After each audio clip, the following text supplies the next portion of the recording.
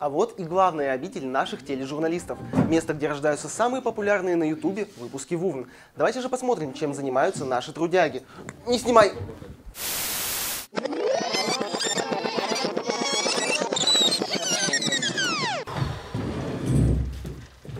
А вот и главная обитель наших тележурналистов. Место, где рождаются самые популярные на Ютубе выпуски ВУВН. Давайте же посмотрим, чем занимаются наши трудяги. В ВУВНе есть 4 основные касты. Первая – корреспонденты, по-другому прилипалы. Самая быстрая и навязчивая каста. В народе даже ходит поговорка «видишь кора, лезь на гору». Камеру убери.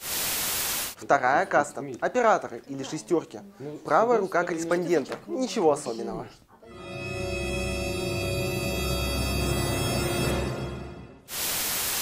Третья каста – монтажеры или темные лошадки. Весь второсортный материал, что приготовили Кора и операторы, попадает в их базарный фильтр и выходит чистым. Так, уходим. Четвертая и последняя каста – ведущие или выскочки. Именно их вы видите в наших выпусках чаще всего. Самая надоедливая для зрителей каста.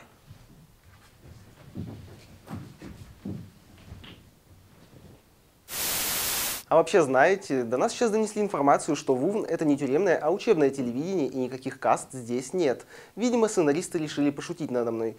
С 1 апреля?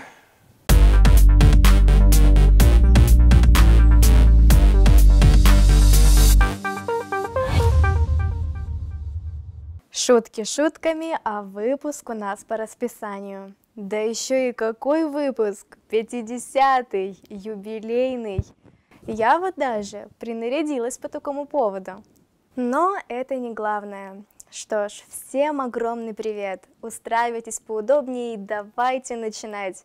Меня зовут Богдана Акопян, и сегодня вы увидите, что обсуждают учителя-языковеды. В Институте иностранных языков прошли первые педагогические дебаты. В университете грядет тотальный диктант. Немного информации о самой акции и курсах подготовки.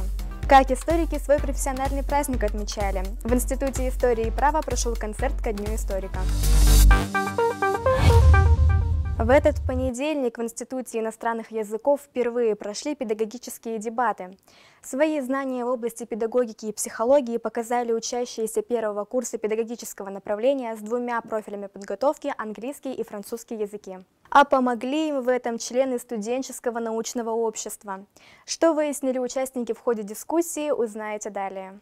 Цель педагогических дебатов – повысить качество подготовки обучающихся по основной образовательной программе, а также улучшить уровень межличностного общения студентов, освоить навыки ведения дискуссий и создать условия для активизации творческо-интеллектуальной деятельности.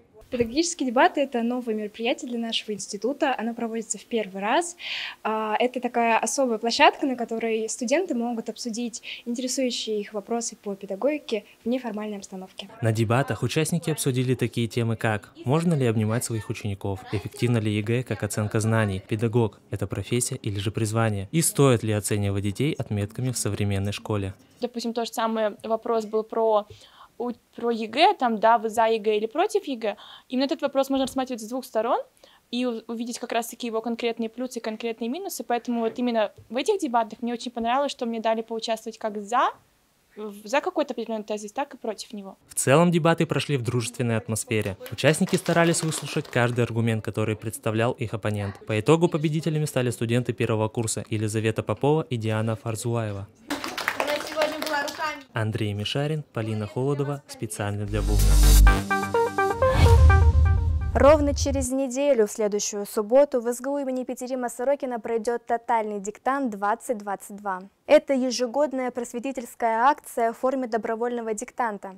Проверить свою грамотность и знание русского языка смогут все желающие. К тому же для всех желающих подготовиться СГУ имени Петерима Сорокина проводит очные курсы «Русский язык» по средам. Кстати, вы еще успеете посетить одно занятие. Пройдет оно в среду в 18:00 в 317-й аудитории в 4-м корпусе, расположенном на Катаева, 9. Мы знакомимся с автором тотального диктанта. В этом году это Марина Степнова. Знакомимся с ее книгами. Она посредством цитат рассказывает о своих книгах и пытаемся предположить, какие сложности, какие орфографические и пунктуационные правила будут ожидать участников этой акции в этом году. Сам же диктант пройдет 9 апреля в 14:00, все в том же 4-м корпусе на Катаева 9. Регистрация на тотальный диктант 2022 уже открыта. Для нее нужно зайти на страницу вашего города на сайте totaldict.ru, выбрать подходящую площадку, нажать кнопку «Зарегистрироваться» и следовать инструкциям. Подробнее о самой акции можно узнать в группе тотального диктанта во ВКонтакте. Михаил Ломоносов утверждал: народ, не знающий своего прошлого, не имеет будущего. Именно благодаря специалистам в области истории человечество так много знает о прошлом. И, конечно же, у них есть свой профессиональный праздник. Во всем мире День историка отмечается 28 марта.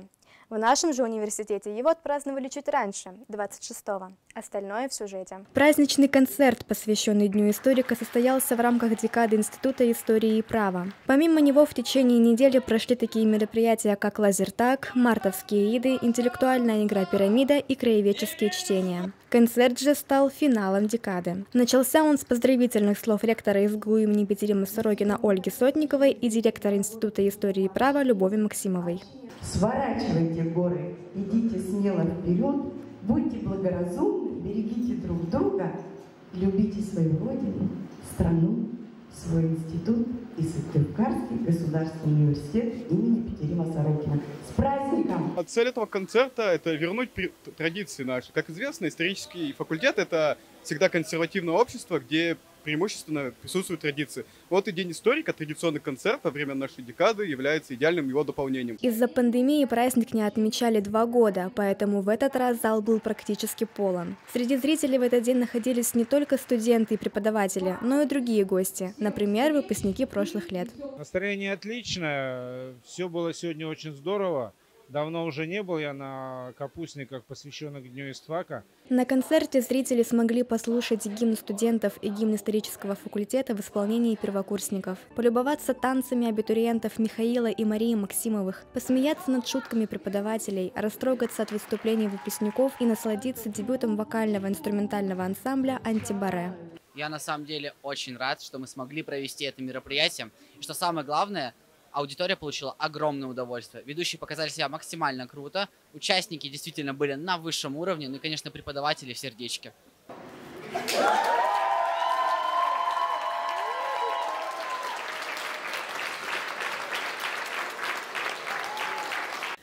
Знаете, настроение, оно и радостное, и мне так тепло на душе, но с другой стороны мне так грустно от того, что скоро мое обучение здесь закончится, и вот весь наш номер, он посвящен этому, и слова благодарности, поэтому эмоции смешанные, но от чистого сердца. Публика тепло встречала и провожала участников. После каждого выступления зрительный зал взрывался от криков и аплодисментов. Все делились друг с другом положительными эмоциями. Когда я сам являюсь частью Института истории и права, я понимаю, какой это огромный труд, какое великолепное это было мероприятие, сколько эмоций вызвало, и у меня до сих пор дрожь в руках, слезы, потому что это просто что-то невероятное. В праздничный вечер студенты-историки поздравили своих преподавателей и получили добрые пожелания в ответ. Хочется пожелать, во-первых, наличия исторических источников, потому что зачастую для историков это самая главная проблема, отличного настроения, желания творить, исследовать, что-то новое создавать, вот, и никогда не отчаиваться, всегда держать трубой хвост, как я говорю. После того, как концерт завершился, гости еще какое-то время оставались в зале, делали совместные фотографии, поздравляли друг друга и предавались приятным воспоминаниям. По их словам, подобные мероприятия в университете необходимо проводить чаще. Богдана Акопян, Виктория Аканева, специально для Вувна. На этом все. Новостей сегодня вышло немного, зато вы увидели шпагат от преподавателя. Можно и заканчивать. Принимаем ваши отзывы, поздравления и пожелания в честь юбилея в комментарии. Хорошо отдыхайте и не скучайте. Пока-пока.